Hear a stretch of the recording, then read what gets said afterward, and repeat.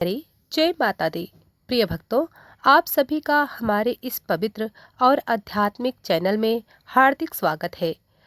अगर आप भी सनातन धर्म की रहस्यमयी कथाओं, व्रत त्योहारों की महिमा और परम पौराणिक रहस्यों को जानना चाहते हैं तो अभी इस वीडियो को लाइक करें और अपने परिवार और मित्रों के साथ शेयर करें और हमारे चैनल को सब्सक्राइब करके बेल आइकन दबा दें ताकि आपको हर पावन कथा सबसे पहले प्राप्त हो। आज हम सुनेंगे चंद्र ग्रहण की संपूर्ण पौराणिक कथा, एक ऐसी कथा जिसमें देवताओं और दानवों का संघर्ष है, अमृत की प्राप्ति का रहस्य है और एक ऐसे असुर की कहानी है जिसने देवताओं को भी भयभीत कर दिया। यह कथा जुड़ी है समुद्र मंथन से, अमृत कलश से और उस छाया ग्रह से जिसे हम राहु कहते हैं। तो आइए श्रद्धा और विश्वास के साथ आरंभ करते हैं चंद्र ग्रहण की अद्भुत और रहस्यमयी कथा। प्रिय भक्तजनों, बहुत समय पहले जब देवताओं की शक्ति क्षीण हो गई थी, तब देवताओं के राजा इंद्र अत्यंत चिंतित हो उठे।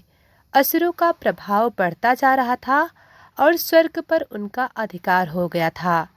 तब सभी देवता भगवान विष्णु की शरण में पहुँचे। भगवान विष्णु ने उन्हें उपाय बताया। क्षीर सागर का मंथन कर अमृत प्राप्त करो। देवताओं और असुरों ने मिलकर समुद्र मंथन निश्चय किया। मद्राचल पर्वत को मथनी और वासुकी नाग को रस्सी बनाया गया। जब समुद्र मंथन प्रारंभ हुआ तो अनेक रत्न निकले।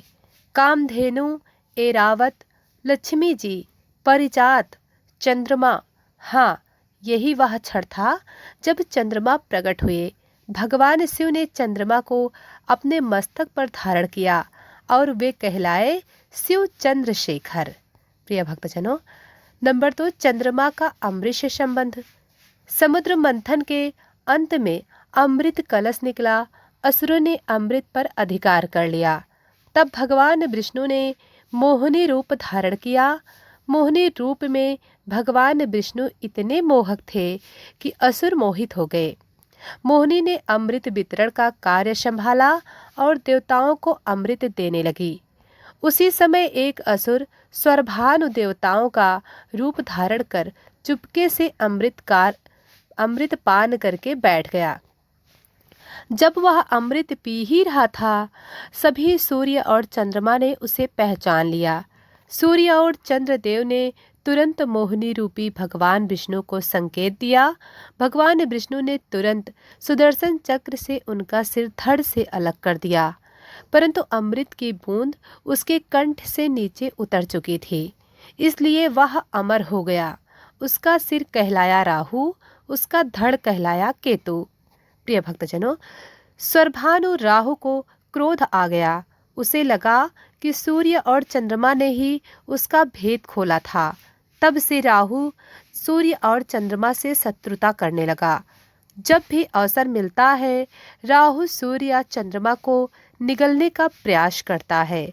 जब वह चंद्रमा को निगलता है, तब चंद्र ग्रहण होता है, परंतु चूंकि उसका शरीर नहीं है, इसलिए चंद्रमा कुछ समय बाद फिर से मुक्त हो जाता है। यही कारण है कि ग्रहण अस्थायी नहीं होता। चंद्र ग्रहण को अत्यंत संवेदनशील समय माना गया है। गरुड़ पुराण और स्कंद पुराण में वर्णित है कि ग्रहण काल में मंत्र जाप, दान, स्नान और ध्यान करने से हजारों गुना अधिक पुण्य प्राप्त होता है। ग्रहण के समय भोजन नहीं करना चाहिए। तुलसी पत्र डालकर ही भोजन सुरक्षित रखा जाता है। गर्भवती स्त्रियों को विशेष सावधानी रखनी चाहिए। शास्त्रों में कहा गया है, चंद्रमा मन का कारक है। जब चंद्रमा ग्रहण होता है तब मन अशांत रहता है, इसलिए इस समय ध्यान, जप और भगवान का स्मरण करना अत्यंत शुभ माना गया है। विशेष रूप से ओम नमो भगवते वासुदेवाय मंत्र का जाप अत्यंत फलदायी है। प्रिय भक्तजनों, चंद्र ग्रहण से जुड़ी एक प्रेरणादायक कथा। एक बार एक निर्धन ब्राह्मण था। वह अत्यंत गरीब था, परंतु भगवान से अटूट श्रद्धा थी। एक दिन चंद्र ग्रहण था। उसने संकल्प लिया कि चंद्र ग्रहण काल में वह गंगा स्नान और विष्णु मंत्र जप करेगा। उसने पूरा ग्रहण काल भक्ति में बिताया। ग्रहण समाप्त होने पर उसने दान दिया। कुछ ही दिनों में उसके जीवन में परिवर्तन आने लगा। उसे धन, सम्मान और सुख प्राप्त हुआ। प्रिय भक्तजनों, यह कथा हमें सिखाती है ग्रहण केवल खगोलीय घटना नहीं है, बल्कि आध्यात्मिक अवसर है। जब पृथ्वी सूर्य और चंद्रमा के बीच आ जाती है, तब पृथ्वी की छाया चंद्रमा पर पड़ती है। इसी खगोलीय घटना को विज्ञान में लंडर इलिप्टिक्स कहा जाता है, परंतु सनातन धर्म में इसे केवल खगोलीय घटना नहीं, बल्कि कर्म और ऊर्जा से जुड़ी घटना माना जाता है।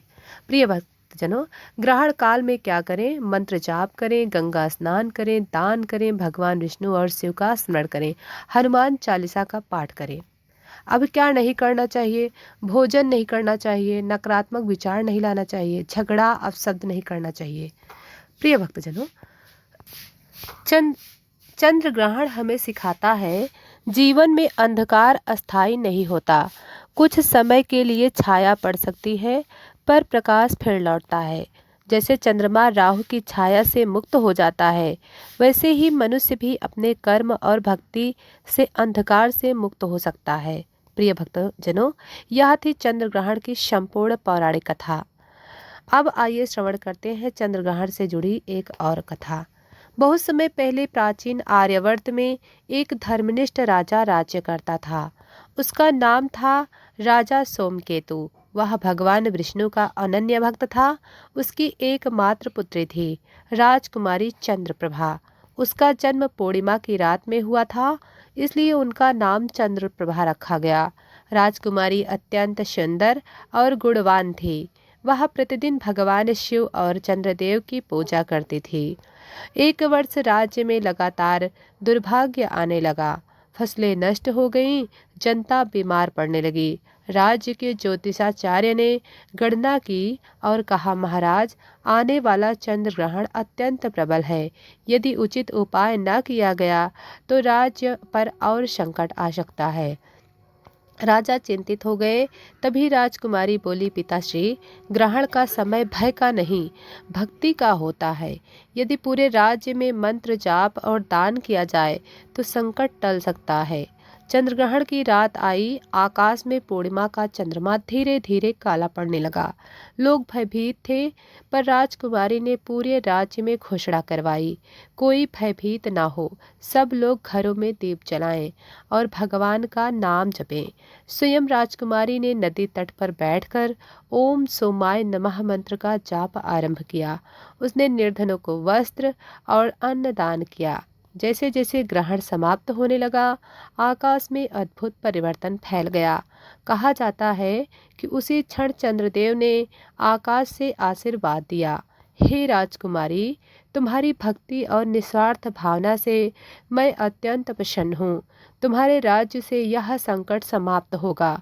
कुछ ही दिनों में वर्षा हुई, फसलें लहलहाने लगी, रोग समाप्त हो गए। राजा ने समझ लिया, ग्रहण विनाश नहीं बल्कि परीक्षा थी। चंद्र ग्रहण केवल राहु की छाया नहीं, यह हमारे विश्वास की परीक्षा भी है। जब जीवन में अंधकार आए तो भयभीत ना हो। भक्ति और सकारात्मकता से हर संकट दूर हो सकता है। जैसे चंद्रमा राहु की छाया से मुक्त हो जाता है, वैसे ही सच्चा भक्त हर विपत्ति से मुक्त हो जाता है। प्रिय भक्तजनों, आपने सुनी चंद्र ग्रहण की पौराणिक संपूर्ण कथा। अगर वीडियो पसंद आए तो वीडियो को लाइक करें और चैनल को सब्सक्राइब करें और ज़्यादा से ज़्यादा शेयर करें, कमेंट में लिखें।